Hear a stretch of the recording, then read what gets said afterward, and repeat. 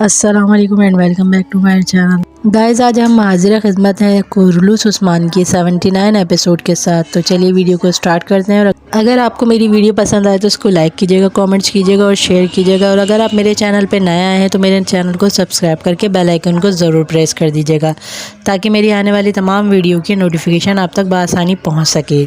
तो गाइज उस्मान भाई की मुसीबतों में गयातू ने आके मजीद इजाफा कर दिया है और वहीं सलजोकी सिपाही उस्मान भाई का साथ देने के लिए उनके साथ मौजूद हैं। सलजोकी सिपाही चावस अपने सिपाहियों से कहता है कि कोई एक बंदा भी 5 गिराए बगैर नहीं गिरना चाहिए वरना मैं उसे कभी माफ़ नहीं करूँगा। और वो उस्मान भाई को बचाने के लिए मंगोलों से लड़ते हैं। गयातू खड़ा ये सारा मंजर देख रहा होता है कि किस तरह बहादुरी से उस्मान भाई के लिए उसके सिपाही और सलजोकी सिपाही मिलकर फाइट कर रहे हैं। उस्मान भाई और उनके सिपाही एक दूसरे की रस्सियों को काटते हैं और मंगोलों से मिलकर फाइट करते हैं। उस्मान भाई सिपाहियों से कहते हैं गोकतुक के लिए बहादुरी से लड़ो। जैर कोताय गयातू से कहता है इन जमीनों को वो उनके लिए तंग कर देंगे। तुर्गुत कोशिश और नेकोला एक दूसरे के आमने सामने होते हैं और तीरों से आपस में मुकाबला हो रहा होता है। नेकोला सिपाहियों से बोलता है जिसकी गाड़ी के पीछे छुपे तुर्गुत और कोशिश है इसको सामने से हटाओ ताकि इन्हें आसानी हो सके। एक सिपाही जाता है और वो गाड़ी हटाने की कोशिश करता है लेकिन तुर्गुत उसको वहां पर मार के और नीचे गिरा देता। कोशिश तुर्गुत से कहता है आपने मुझे हैरान कर दिया।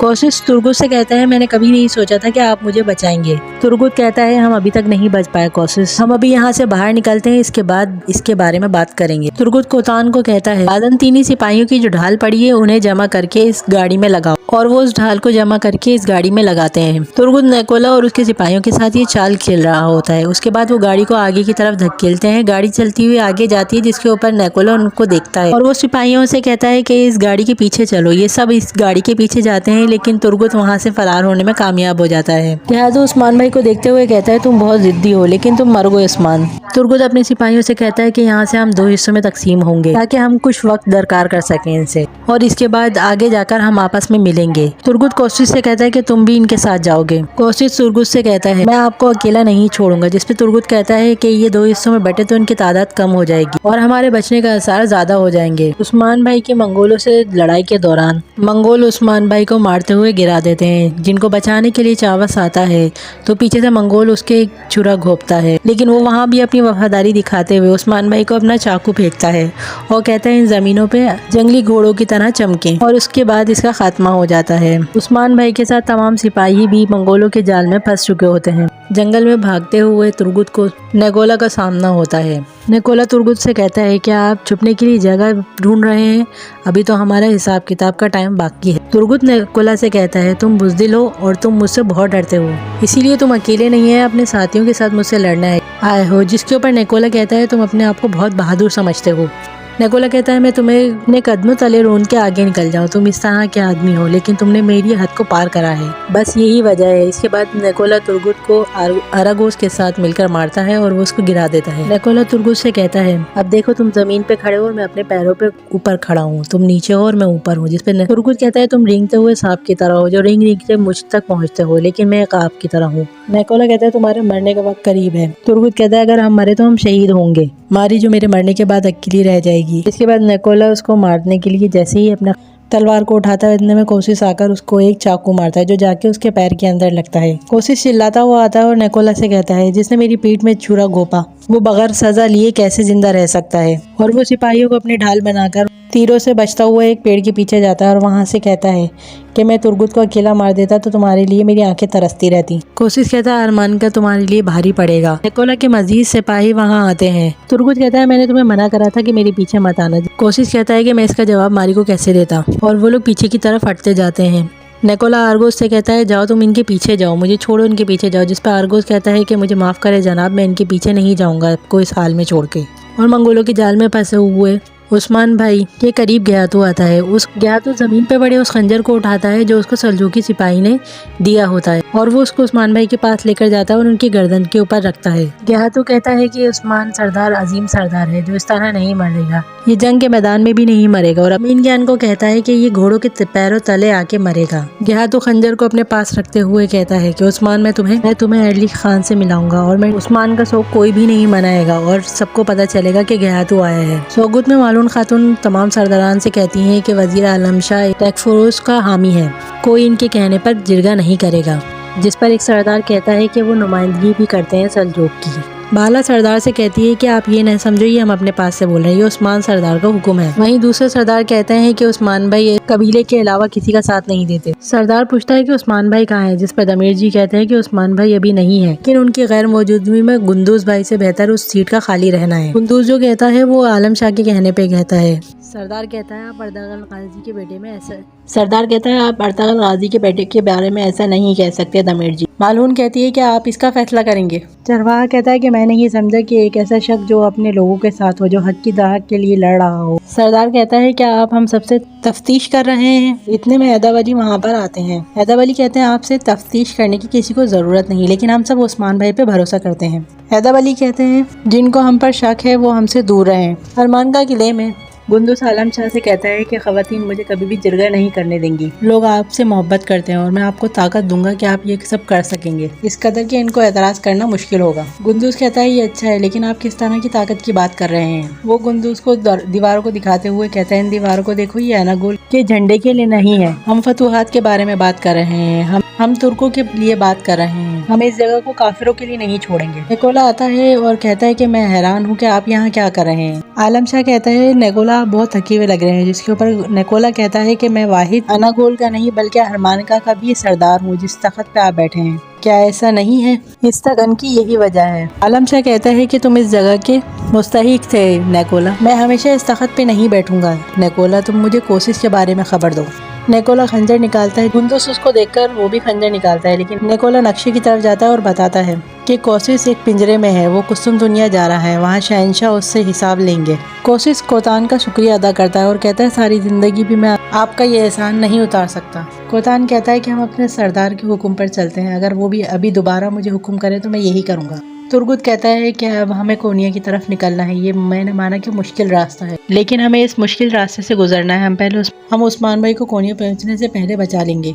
तुर्गुत कोशिश से कहता है कि जैसे कि तुम्हें पता है कि मुझे उस्मान भाई को बचाने के लिए भी तुम्हारी मदद की ज़रूरत होगी। कोशिश कहता है मैं समझ गया, लेकिन मुझे अपने हरमानका में इसकी खबर पहुंचानी होगी। सिपाहियों के शामिल होने के बाद हमें उस्मान भाई को बचाने में आसानी होगी। कोशिश कहता है कि इनसे कोई अंगूठी कैरोस को दे दे, इस तरह उन्हें मुझे पहचानने में आसानी होगी। तुर्गुत कोतान से कहता है कि तुम्हें पता है क्या करना है, हमें कोनिया के रास्ते में इसके सिपाहियों के साथ मिलो।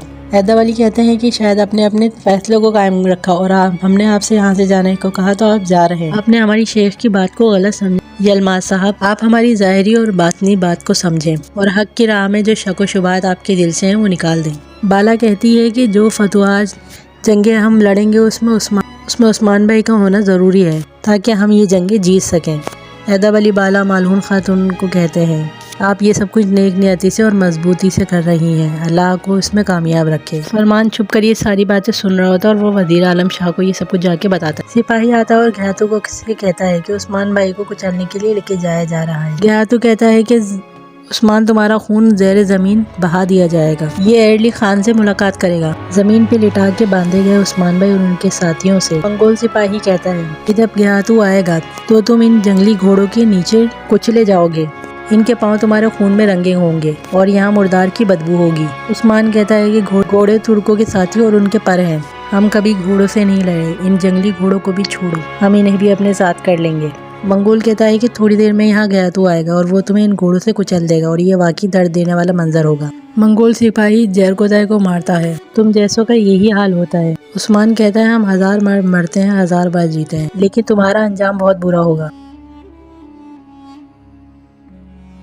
और मंगोल मुसलसल जैरकोदाय को मारता है। उस्मान कहता है छोड़ो उसको कमीने, उसके ना रुकने पर उस्मान जैरकोदाय से कहता है हिम्मत से काम लो। मंगोल आके कहता है कि घयातू आ रहा है, जिस पे दूसरा मंगोल कहता है कि घोड़ों को तैयार रखो, घयातू के आते ही हम शुरू करेंगे। फरमान वजीर आलम शाह के पास आता है और बताता है कि तमाम साहिबान और खवातीन जमा हुई थी।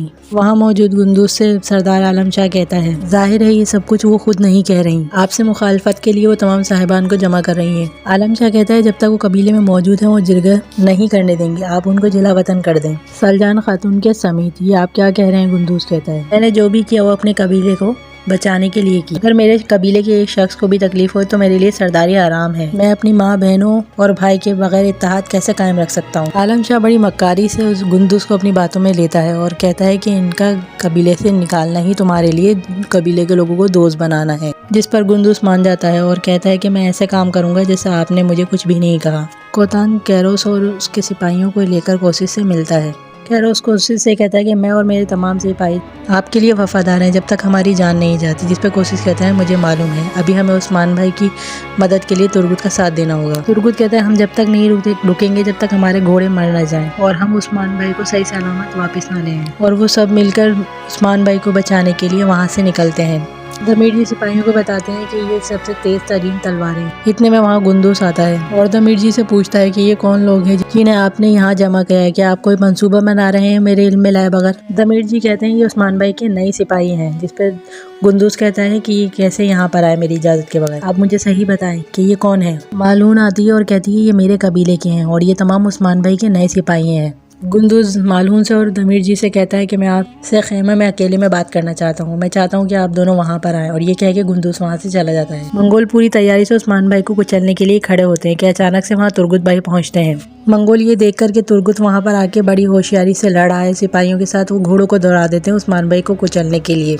ये मंजर देख के तुर्गुत खुद भी बहुत परेशान हो जाता है। उस्मान भाई चिल्लाता है। जैसे ही उस्मान भाई से थोड़ी दूर के फासले पर घोड़े होते हैं, वहाँ से कोशिश आके और वहाँ तीरों की बरसात उनके ऊपर कर देता है, जिससे तमाम घोड़े जख्मी हो जाते हैं और वहीं मंगोल सारे गिर जाते हैं। और कोशिश उस्मान भाई से कहता है ए वल्ला भीम मैं आ गया। कोशिश उस्मान से कहता है वो कौन सा जुमला है जो आप इस्तेमाल करते हैं ए वल्ला। उस्मान कोशिश से कहता है ये इंतकाम से भी बड़ा इंतकाम है, जिस पर कोशिश कहता है अभी हमने इंतकाम नहीं लिया। और वो तमाम सिपाहियों के उस्मान भाई की रस्सियों को काटते हैं। उस्मान भाई आज़ाद होने के साथ मंगोलों से लड़ने के लिए आगे बढ़ते हैं, जिस पर तुर्गुत उन्हें रोकता है कि अभी नहीं, अभी हम पीछे हट रहे हैं, हम इसका हिसाब लेंगे लेकिन अभी हम नहीं लेंगे, बाद में लेंगे।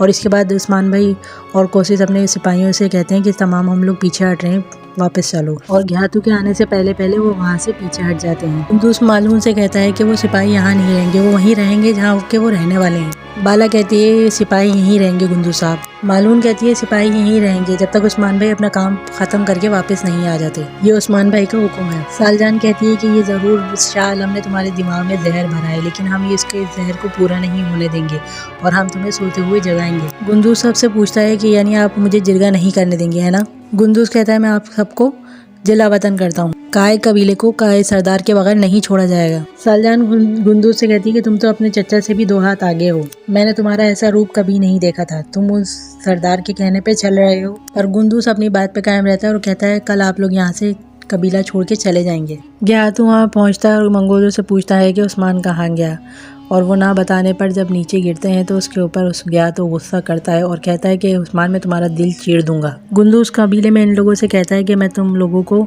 अनागोल में जिला वतन करूंगा। सलजान खातून कहती है ये तुम क्या कह रहे हो गुंदुस। गुंदुस कहता है ये सरदार की रिवायत है जो कबीले की हिफाजत के लिए सबसे बढ़कर हिफाजत करते हैं। दमीर जी कहते हैं मैं आपको ऐसा नहीं करने दूंगा गुंदुस साहब, जो आपके दिमाग में इसे भूल जाएं। गुंदुस कहता है जो सरदार के खिलाफ जाए वो कबीले में तफरका डाले, मैं उसकी आंखों में आंसू नहीं देखूंगा, वो कबीले से निकाल दूंगा। मालून गुंदुस से कहती है कि आपको पोस्ट बहुत पसंद है। बाला कहती है कि आपको मालूम है कि उस्मान बेकसूर है, वो वापस ना आ जाए इस डर से आप चाले खेल रहे हैं, क्या पता उनके लिए। गुंदुस कहता है कि आपका कोई इरादा नहीं मुझे समझने के लिए, ये मैं देख रहा हूँ।